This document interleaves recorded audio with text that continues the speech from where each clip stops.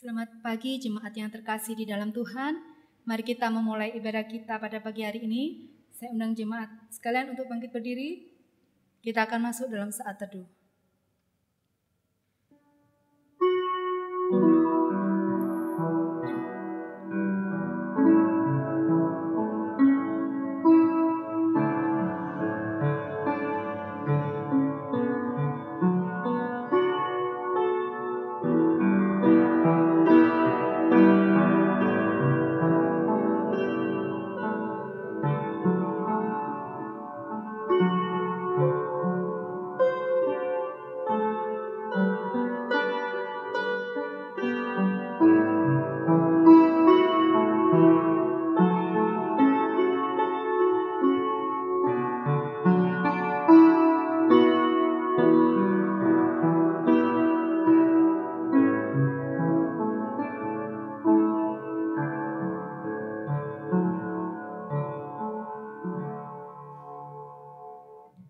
Arahkanlah hatimu kepada Tuhan dan beribadahlah kepadanya dengan sikap penyembahan yang benar. Bahwasanya pertolongan kita adalah dalam nama Tuhan yang menjadikan langit dan bumi dan yang tidak pernah meninggalkan hasil buatan tangannya. Kiranya turun atas kita sekalian kasih karunia dan damai sejahtera dari Allah Bapa, Putra, dan Roh Kudus. Amin. Mari kita pujikan KPPK nomor 13. Allah Bapa hadir dalam bait sucinya.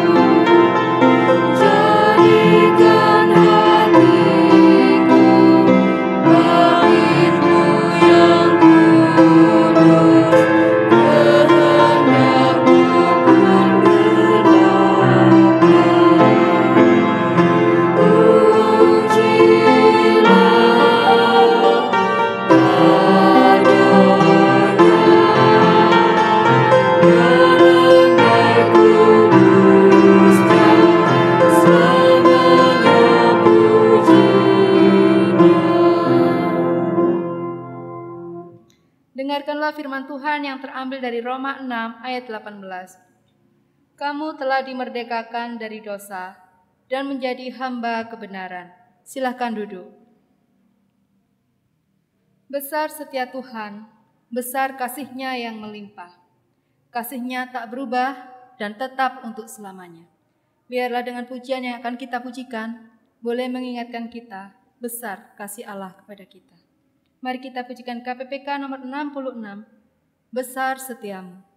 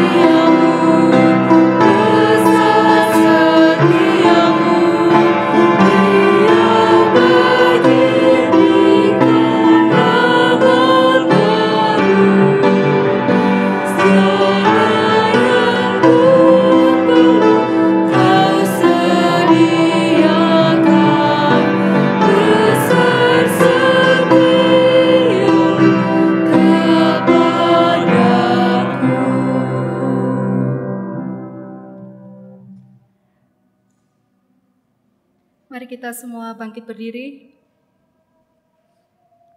Mari kita merendahkan diri di hadapan Allah dan mengaku dosa kita kepadanya.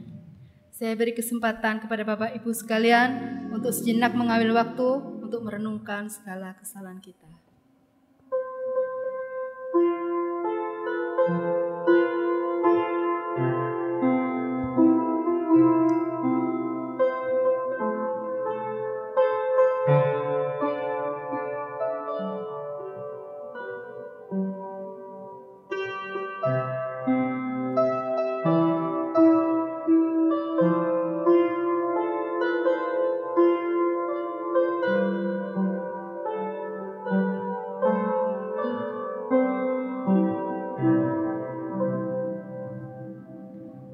Tuhan, Allah Bapa kami yang begitu besar, terima kasih atas semua berkat pemeliharaan, dan kesempatan yang sudah Tuhan beri kepada kami. Saat ini kami datang memohon ampun atas segala dosa dan pelanggaran yang kami perbuat. Kiranya Tuhan mengampuni kami, dan atas penyertaan-Mu kami boleh hidup lebih baik dan berkenan di hadapan-Mu. Terima kasih ya Bapa, inilah doa dan permohonan kami. Hanya dalam nama Tuhan Yesus Kristus kami sudah berdoa. Amin. Bagi setiap kita yang telah mengaku dosa di hadapan Allah, dengarkanlah berita anugerah yang terambil dari Efesus 1 ayat 7-8.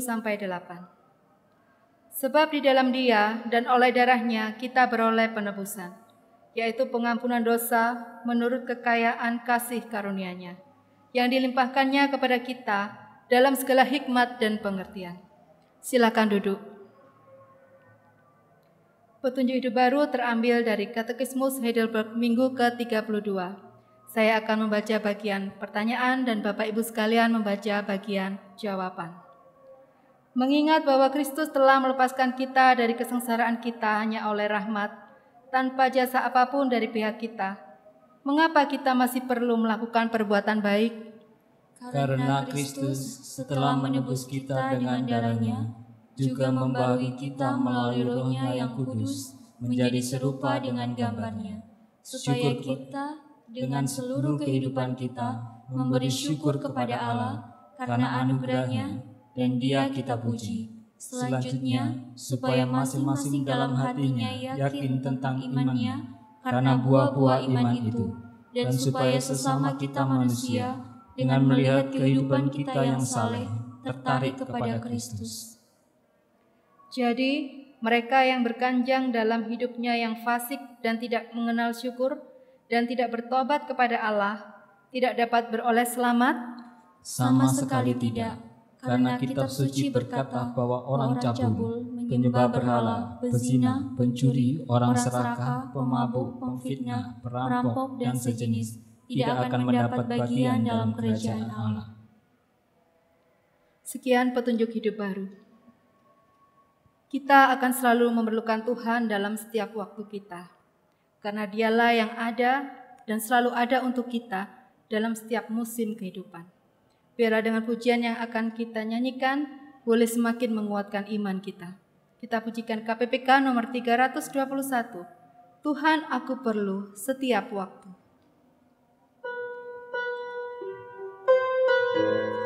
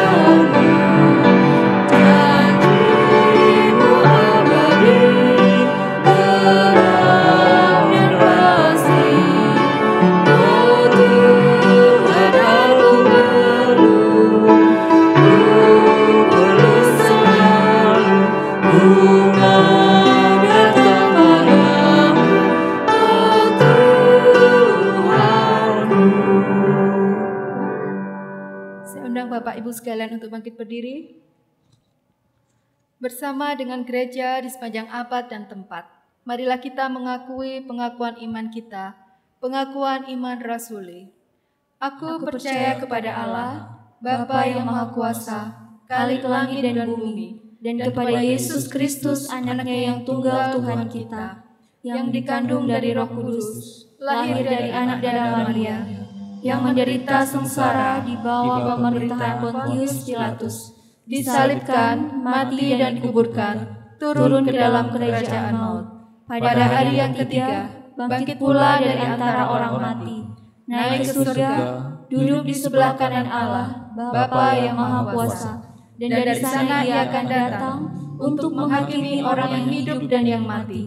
Aku percaya kepada Roh Kudus, gereja yang kudus dan am, persekutuan orang kudus, pengampunan dosa, kebangkitan tubuh, dan hidup yang kekal. Amin. Doa syafaat akan dipimpin oleh Evangelis Ernawati. Mari kita berdoa. Tidak henti-hentinya kami bersyukur kepada Engkau ya Tuhan.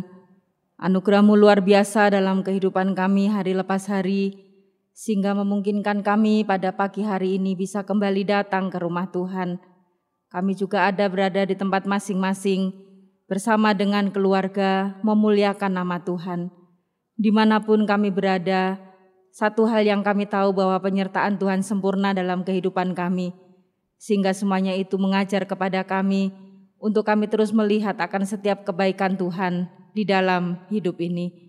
Pagi ini kami mau berdoa bersama-sama untuk jemaat Tuhan yang sampai hari ini masih mengalami kelemahan tubuh ataupun dalam proses kesembuhan. Kami terus berdoa untuk Bapak Chandra Surya, Ibu Suprapti, Bapak Heri Cahyanto, Ibu Isa, Ibu Suratman, Ibu Ari Mandang. Teringat juga untuk jemaat Pos PI Donomulyo, Bapak Edi Suhartono dan juga Ibu Herti. Kiranya Tuhan Kau yang menolong mereka semuanya, diberikan kekuatan, diberikan penghiburan, menjalani hari-hari. Kami percaya bahwa Tuhan Engkau yang mampu memulihkan, Tuhan juga Engkau yang mampu menyembuhkan.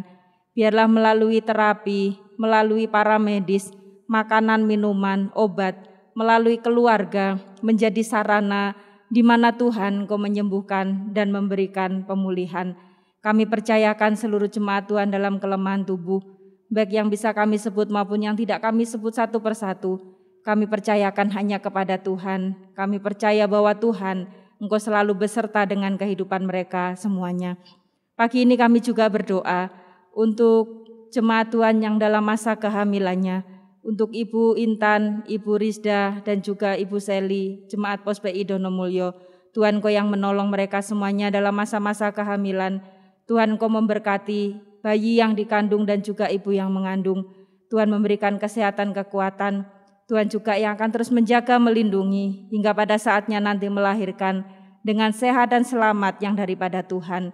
Kami percaya bahwa Tuhan Engkau yang akan terus memimpin mereka semuanya, sehingga dengan ditambahnya anak bagi kehidupan masing-masing keluarga, menambahkan sukacita yang baru bagi setiap keluarga. Terima kasih Tuhan. Kami juga berdoa untuk kebutuhan jemaat-Mu.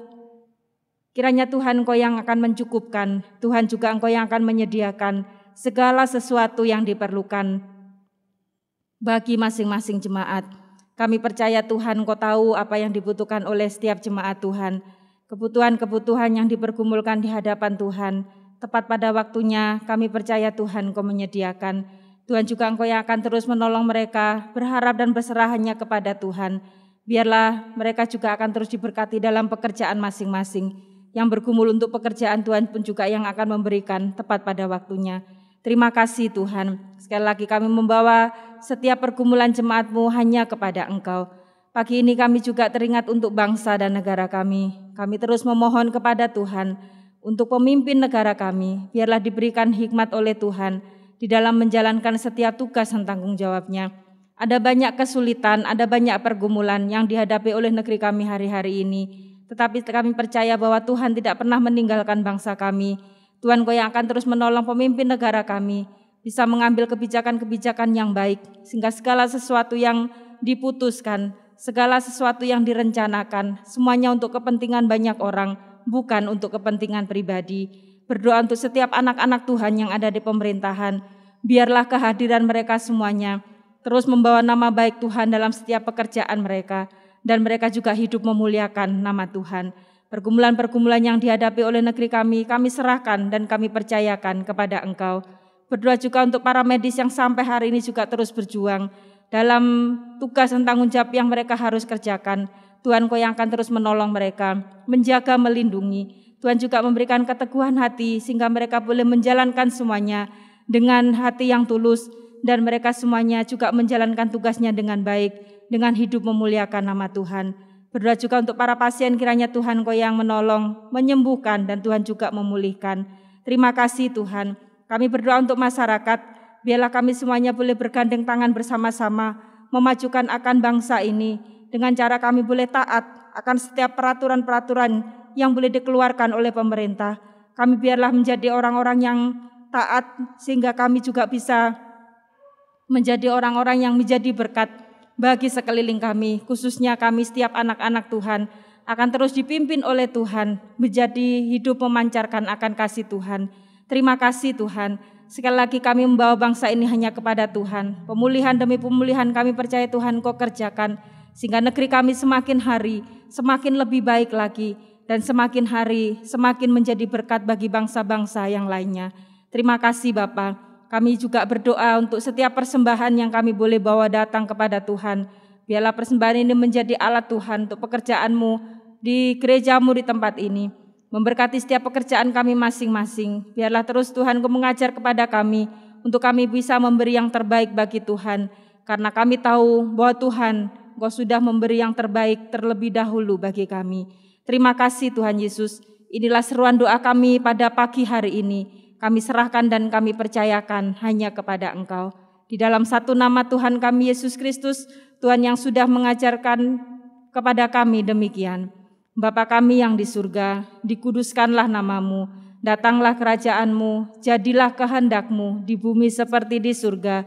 Berikanlah kami pada hari ini makanan kami yang secukupnya, dan ampunilah kami akan kesalahan kami, seperti kami juga mengampuni orang yang bersalah kepada kami. Dan janganlah membawa kami ke dalam pencobaan, tapi lepaskanlah kami daripada yang jahat, karena Engkau-lah yang mempunyai kerajaan dan kuasa dan kemuliaan sampai selama-lamanya. Amin. Jemaat dipersilakan untuk duduk.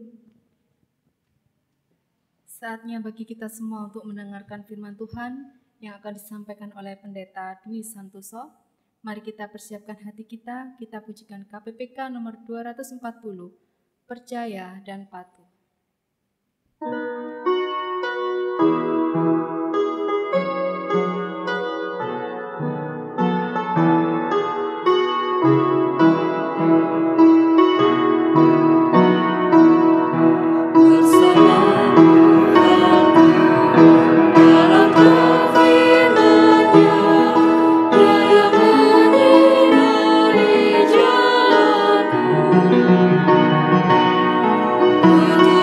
Perintah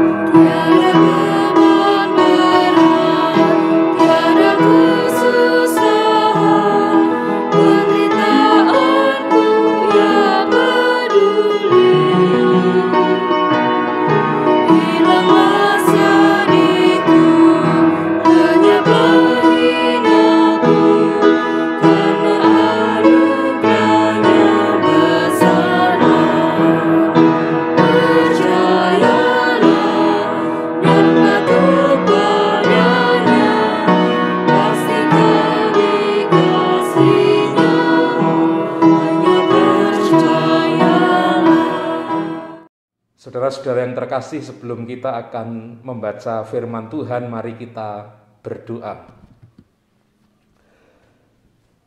Allah Bapa Surgawi, kami mengucap syukur kepadamu pada saat ini, karena Tuhan mengizinkan kepada kami untuk membangun persekutuan ibadah ini. Dan di tengah-tengahnya kami akan menikmati sapaan sabdamu. Ya Roh Kudus, pimpinlah setiap kami. Berikan kekeluasaan kepada setiap kami untuk merenungkan sabdamu, sehingga setiap apa yang kami baca dan kami dengarkan, bukan saja kami pahami maksudnya, tetapi dengan bebas leluasa kami boleh melakukan kebenarannya sesuai dengan pimpinan Roh-Mu yang kudus. Ya Tuhan Yesus, Sang Firman yang hidup, kami meyakini bahwa di persekutuan kami ini Engkau hadir untuk memberkati kami. Karena itu ya Tuhan Yesus, nyatakanlah berkat-Mu kepada masing-masing setiap kami. Kami berdoa, memohon pertolongan Roh Kudus di dalam nama Tuhan Yesus. Amin. Shalom saudara-saudara yang terkasih, firman Tuhan pada saat ini diambil dari Roma pasalnya yang ke-6, ayatnya yang ke-15 sampai dengan ayatnya yang ke-23. Roma pasal 6 ayat 15 sampai dengan ayat 23. Jadi bagaimana? Apakah kita akan berbuat dosa karena kita tidak berada di bawah hukum Taurat, tetapi di bawah kasih karunia? Sekali-kali tidak. Ataukah kamu tidak tahu bahwa apabila kamu menyerahkan dirimu kepada seseorang sebagai hamba untuk menaatinya, kamu adalah hamba orang itu yang harus kamu taati, baik dalam dosa yang memimpin kamu kepada kematian, maupun dalam ketaatan yang memimpin kamu kepada kebenaran. Tetapi syukurlah kepada Allah, dahulu memang kamu hamba dosa, tetapi sekarang kamu dengan segenap hati telah menaati pengajaran yang telah diteruskan kepadamu. Kamu telah dimerdekakan dari dosa dan menjadi hamba kebenaran. Aku mengatakan hal ini secara manusia karena kelemahan kamu, sebab sama seperti telah menyerahkan anggota-anggota tubuhmu menjadi hamba kecemaran dan kedurhakaan yang membawa kamu kepada kedurhakaan, demikian hal kamu sekarang harus menyerahkan anggota-anggota tubuhmu menjadi hamba kebenaran yang membawa kamu kepada pengudusan. Sebab waktu kamu hamba dosa, kamu bebas dari kebenaran. Dan buah apakah yang kamu petik daripadanya? Semuanya itu menyebabkan kamu merasa malu sekarang, karena kesudahan semuanya itu ialah kematian. Tetapi sekarang setelah kamu dimerdekakan dari dosa, dan setelah kamu menjadi hamba Allah, kamu beroleh buah yang membawa kamu kepada pengudusan, dan sebagai kesudahannya ialah hidup yang kekal. Sebab upah dosa ialah maut, tetapi karunia Allah ialah hidup yang kekal dalam Kristus Yesus Tuhan kita. Berbahagialah mereka yang mendengarkan sabda Tuhan dan setia memelihara dalam hidupnya setiap hari. Saudara-saudara yang terkasih, firman Tuhan pada hari ini berjudul Bebas Ada Batasnya. Saudara, anarkisme sudah dikenal sejak abad ke-17, bahkan mungkin jauh sebelum abad ke-17 itu sudah ada tindakan anarkisme. Anarkisme, kata anarki itu berasal dari bahasa Yunani anarkos yang berarti tanpa pemerintahan, yaitu suatu tatanan kehidupan bebas yang tidak menghendaki suatu otoritas apapun yang mengatur hidup manusia. Orang-orang yang menjadi pengikut filosofi anarkisme ini, mereka berpendapat manusia itu benar-benar dikatakan merdeka dan bebas jika mereka tidak terikat dan tunduk kepada otoritas apapun yang mengatur hidup mereka. Orang-orang penganut anarkisme ini berpendapat bahwa sesungguhnya manusia itu bisa mengatur hidupnya sendiri. Jadi tidak perlu diatur-atur dengan seperangkat hukum ataupun peraturan. Karena itu mereka, para penganut anarkisme, mereka berjuang untuk sebuah kehidupan yang benar-benar bebas. Tetapi saudara-saudara, apakah memang seperti itu? Kalau kebebasan itu kita hubungkan dengan kehendak bebas yang dimiliki oleh manusia, bukankah kehendak bebas yang tidak ditundukkan kepada kehendak Allah itu justru menghasilkan tindakan anarki? Contohnya saudara, peristiwa kerusuhan Mei 98. Kita melihat peristiwa itu menimbulkan chaos, kekacauan yang disebabkan karena atas nama kebebasan orang melampiaskan tindakan mereka sesuai dengan kehendak mereka sendiri-sendiri. Maka jika ditelisik lebih mendalam, perjuangan kelompok anarkisme itu tidak jauh dari kepentingan mulut, perut, dan kursi babut untuk kepentingan kesejahteraan dan kekuasaan. Untuk memenuhi kebutuhan mulut, perut, dan kursi babut itu seringkali membuat orang gelap mata dan tidak takut berbuat dosa. Saudara, pada titik inilah Rasul Paulus mengingatkan jemaat yang ada di Roma dan juga kita sekalian.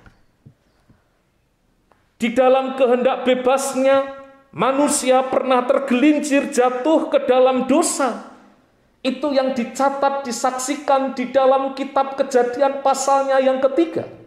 Manusia di dalam kehendak bebasnya itu jatuh di dalam lumpur dosa yang paling dalam, dan manusia tidak bisa membebaskan dirinya sendiri tanpa pertolongan pihak lain. Baru di dalam anugerah pertolongan Kristus, manusia yang percaya kepadanya itu dibebaskan dari cengkeraman kuasa dosa yang mendatangkan maut itu. Dan kini status manusia itu berubah dari yang dulu hamba dosa, tetapi setelah dibebaskan, dimerdekakan oleh Kristus, berpindah menjadi hamba kebenaran. Lain dulu, lain sekarang. Bukankah itu juga yang dinyanyikan dalam lagu-lagu rohani kita? Ya, lagu yang mengatakan bahwa hidup kita bukannya yang dulu lagi. Adapun hidupku ini bukannya aku lagi, melainkan Kristus hidup di dalamku. Karena itu orang Kristen tidak boleh hidup sembarangan, saudara. Tidak boleh hidup bermain-main dengan dosa, apalagi menjadi sahabat dosa. Orang Kristen harus menyadari bahwa hidupnya telah dibebaskan dari cengkraman maut, dan kebebasan itu tidak dimaksudkan agar ia hidup sembarangan, hidup bebas tanpa batas. Bukan. Justru kita sebagai orang percaya harus meyakini bahwa anugerah kebebasan di dalam Kristus yang Ia berikan itu dimaksudkan agar hidup kita sebagai hamba kebenaran berjuang di dalam kebenaran untuk terus hidup senantiasa menjadi hamba kebenaran atau hamba Allah, seperti yang disampaikan Rasul Paulus di dalam ayat 18 dan ayat 22. Saudara-saudara yang terkasih, itulah makna dari kebebasan atau kemerdekaan kita sebagai orang Kristen. Kita dimerdekakan dari ancaman kematian yang kekal sebab iman kita kepada Kristus, tetapi janganlah mempergunakan kemerdekaan itu sebagai kesempatan kita untuk berbuat dosa. Itu yang dikatakan Galatia 5 ayat 13. Artinya, hidup kita kalau masih suka berbuat dosa, jangan-jangan kita belum mengalami Kristus itu.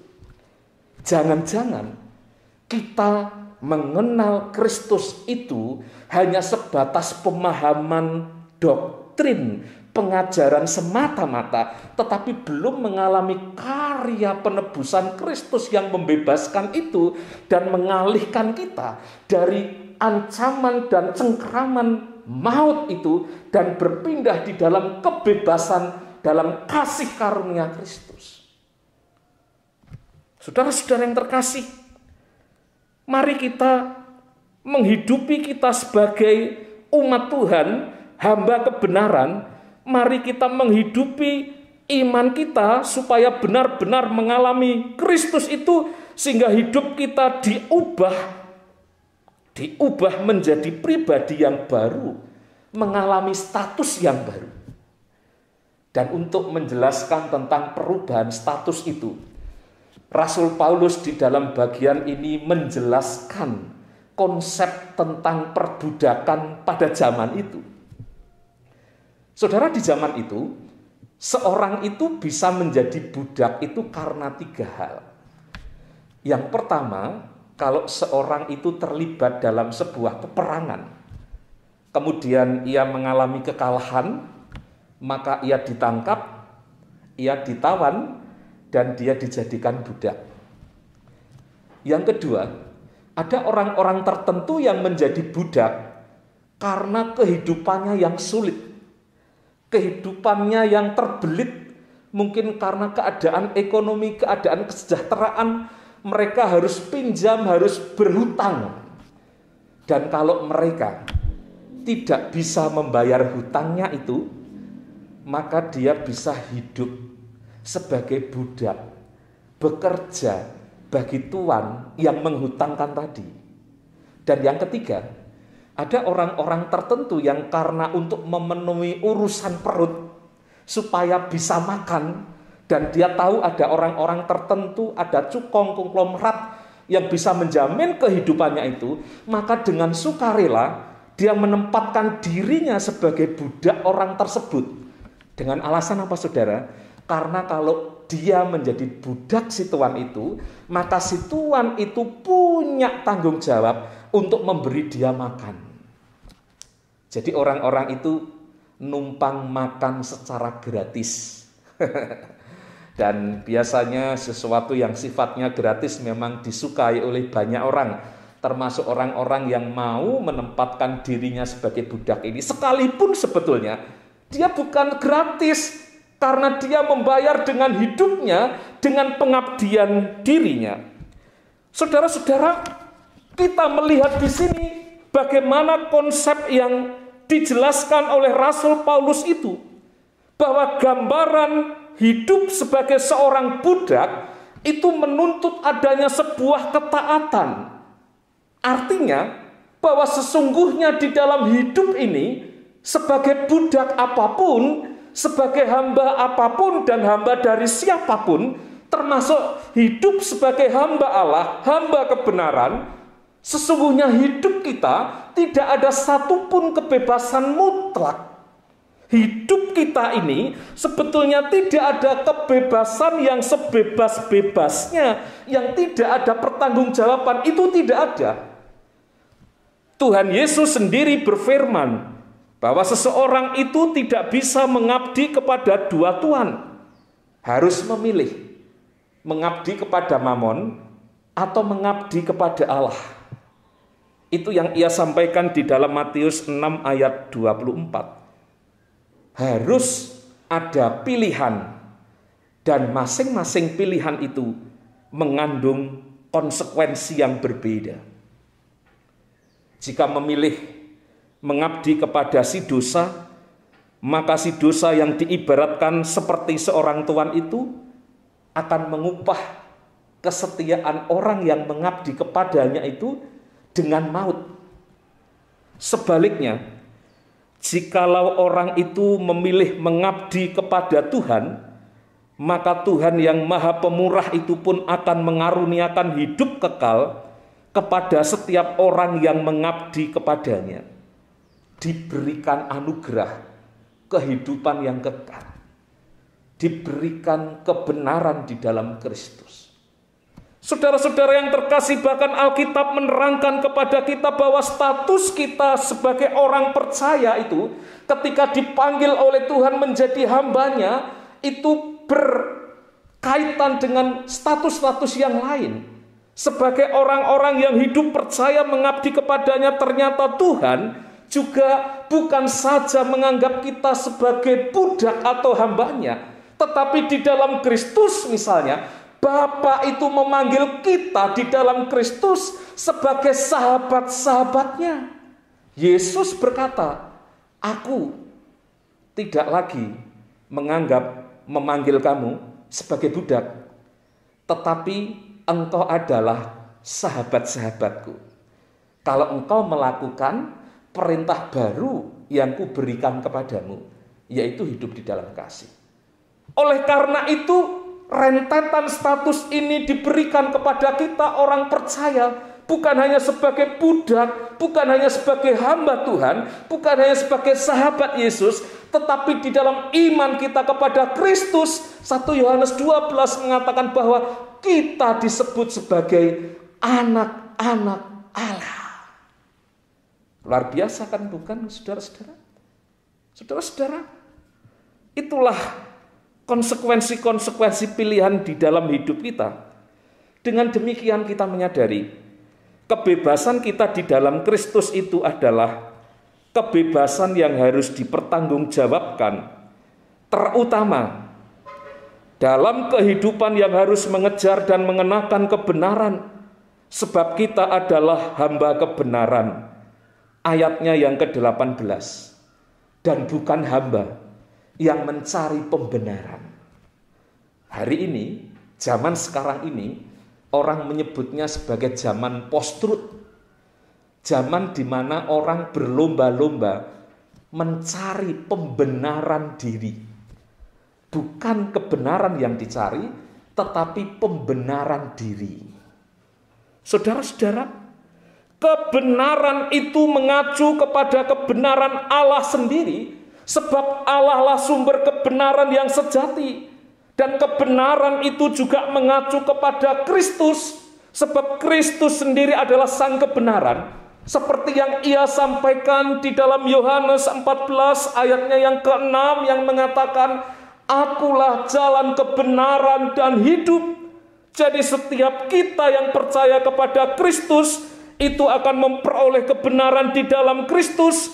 Kita akan mengalami pembenaran di dalam Dia. Kita akan dilepaskan, dibebaskan, dimerdekakan dari ancaman kuasa dosa, yaitu maut, kematian yang kekal. Dan itulah sebetulnya kebebasan yang sejati dan hakiki. Kebebasan yang membawa kita ke dalam keabadian bersama Kristus di dalam persekutuan kasih yang kekal. Di dalam Kristus itu kita memperoleh kebebasan atau kemerdekaan yang sejati. Saudara-saudara, di dalam spiritualitas itu tidak ada kata netralitas. Maksudnya apa, Pak? Maksudnya begini. Tadi Tuhan mengatakan, Tuhan Yesus, bahwa di dalam hidup kita ini, kita tidak bisa mengabdi kepada dua Tuhan. Seseorang itu dikatakan Tuhan Yesus tidak bisa mengabdi kepada Mammon dan kepada Allah. Harus milih salah satu. Kalau kita sebagai orang percaya kepada Kristus itu mengabdi kepada Tuhan, kita yakin Tuhan yang kita sembah itu adalah Allah yang merawat dan mencintai kehidupan ini. Bahkan untuk merawat dan menyelamatkan kehidupan ini, Dia memberikan Kristus putranya untuk keselamatan dunia. Maka di dalam pemahaman yang seperti itu, segala sesuatu yang mengancam kehidupan ini harus dihindari. Termasuk di dalamnya orang-orang atau apapun itu, paham atau ajaran yang mengajarkan tentang kebebasan yang mengancam kehidupan. Di tengah-tengah masa pandemi ini, saudara-saudara, kita tahu bahwa pandemi ini juga wujud wabah yang mengancam kehidupan. Karena itu, kita harus menyikapinya dengan berpihak kepada kebenaran yang mengajarkan Allah yang mencintai dan merawat kehidupan ini. Karena itu segala sesuatu yang mengancam kehidupan ini harus kita hindari. Termasuk sikap hidup di dalam kebebasan di masa pandemi ini yang tidak bertanggung jawab. Kita tahu pemerintah menganjurkan kepada kita untuk menaati protokol kesehatan. Dan saya kira itu wujud hikmat Allah, hikmat Tuhan untuk menata, merawat kehidupan ini supaya setiap orang itu hidup untuk menjaga, memelihara, memperjuangkan kehidupan ini. Karena itu saudara-saudara, sebagai umat Tuhan, mari kita menghadirkan pemeliharaan Tuhan itu kepada sesama sebagai bukti kasih dan kebebasan kita yang bertanggung jawab. Kepatuhan kita kepada protokol kesehatan itu menolong kita untuk memahami bahwa tanggung jawab untuk memelihara, merawat kehidupan ini adalah bentuk kasih kita, bentuk keperpihakan Kristus terhadap kehidupan ini, bentuk kepedulian kita menjaga diri kita sendiri dan juga peduli membantu sesama yang terdampak pandemi ini. Mungkin ada yang terdampak secara ekonomi, atau bahkan mungkin ada yang terdampak secara kesehatan. Ada orang-orang yang terpapar, terinfeksi, mereka yang sakit karena pandemi ini, mereka yang menjalani isolasi mandiri, mereka yang ada di rumah sakit. Saudara-saudara, kita di dalam kebebasan kasih kita kepada sesama, kepada mereka, mari kita melakukannya di dalam kepedulian kita membantu mereka, menolong mereka, memberikan bantuan bahan makan mungkin bagi mereka yang isoman, memberikan bantuan vitamin bagi mereka yang isoman dan lanjut usia, menolong mereka jemaat-jemaat diakonia, mendoakan mereka, mengunjungi mereka secara virtual, memberi semangat, menguatkan mereka. Saudara-saudara, mari sebagai umat Tuhan yang telah memperoleh kebebasan yang sejati di dalam Kristus, kita menggunakan kebebasan kasih kita di dalam Kristus itu untuk menjangkau, untuk menolong sesama mereka, terutama mereka yang ada di dalam krisis karena pandemi ini. Saudara-saudara yang terkasih, saya mengajak kita sebagai gereja untuk peduli, untuk menolong, untuk memperhatikan, untuk memelihara kehidupan ini. Mari tetap semangat, tetap kita hidup dengan protokol kesehatan. Salam sehat, selamat menjadi saluran berkat bagi sesama. Tuhan memberkati kita. Amin. Mari kita berdoa. Allah Bapa Surgawi, kami mengucap syukur kepadamu, karena ternyata kebebasan yang sejati yang Tuhan anugerahkan melalui putramu Yesus Kristus bagi kami, Tuhan maksudkan supaya melalui kebebasan itu justru kami lebih mengasihi Engkau dan tidak melayani kehendak bebas kami yang tanpa ketertundukan kepada kehendak Tuhan, supaya kami terhindar dari dosa. Tuhan Yesus, di dalam Roh-Mu yang kudus, Engkau memberikan pimpinan dan hikmat bagi setiap kami, terutama di masa-masa pandemi ini, untuk kami mengambil bagian di dalam kebebasan kasih kami kepada sesama kami, menolong memperhatikan mereka untuk mewujudkan, mengkonkretkan kasih Tuhan yang membebaskan itu. Di tengah-tengah masa pandemi, di mana dunia sedang sakit, kiranya kami hadir menjadi terang-Mu, menjadi penyembuh untuk dunia yang sedang sakit ini. Dan kami berdoa, di dalam pertolongan-Mu, kami boleh melewati masa pandemi ini dengan pimpinan hikmat Tuhan, sehingga nyata di dalam hidup kami sebagai anak-anak Tuhan. Terima kasih ya Tuhan, biarlah kami melakukan seluruh kebenaran firman Tuhan yang kami renungkan hari ini dengan penuh sukacita. Kami berdoa bersyukur kepada Bapa di dalam nama Tuhan kami, Yesus Kristus. Amin. Kita telah mendengarkan firman Tuhan yang telah disampaikan oleh hamba-Nya. Biarlah firman Tuhan yang sudah kita terima boleh menjadi berkat bagi kita semua. Saya akan membacakan warta gereja. Warta gereja hari ini Minggu 8 Agustus 2021. Firman Tuhan di gereja kita hari ini dilayani oleh Pendeta Dwi Santoso. Kami atas nama segenap majelis, rohaniwan, dan jemaat mengucapkan terima kasih atas pelayanannya. Tuhan Yesus memberkati. Kebaktian umum Minggu 15 Agustus 2021 hanya diadakan secara live streaming pukul 7.00 dengan tema Apakah orang Kristen harus taat hukum?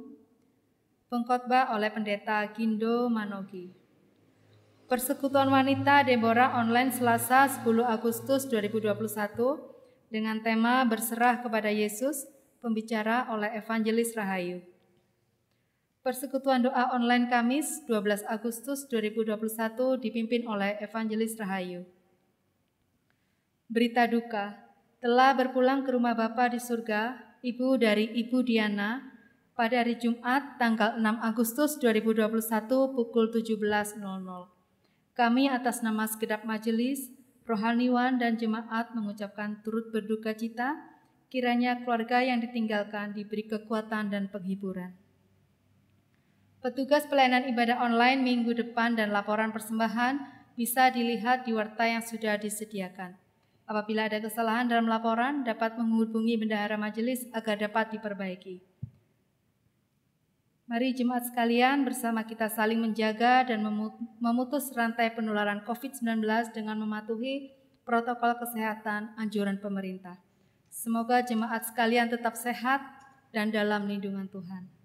Sekian warta gereja hari ini. Terima kasih, Tuhan Yesus memberkati.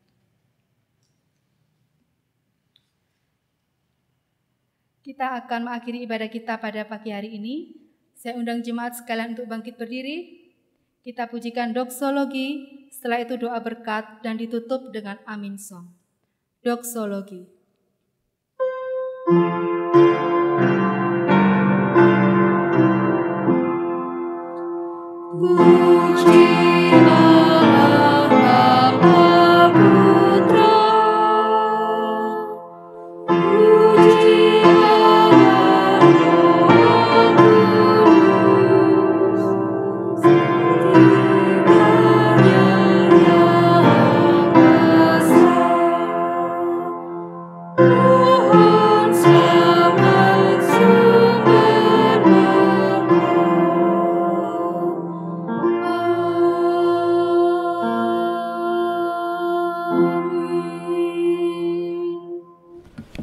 Saudara-saudara yang terkasih, sambutlah dan terimalah berkat Tuhan. Tuhan memberkati engkau dan melindungi engkau. Tuhan menyinari engkau dengan wajah-Nya dan memberi engkau kasih karunia. Tuhan menghadapkan wajah-Nya kepadamu dan memberi engkau sukacita dan damai sejahtera. Amin.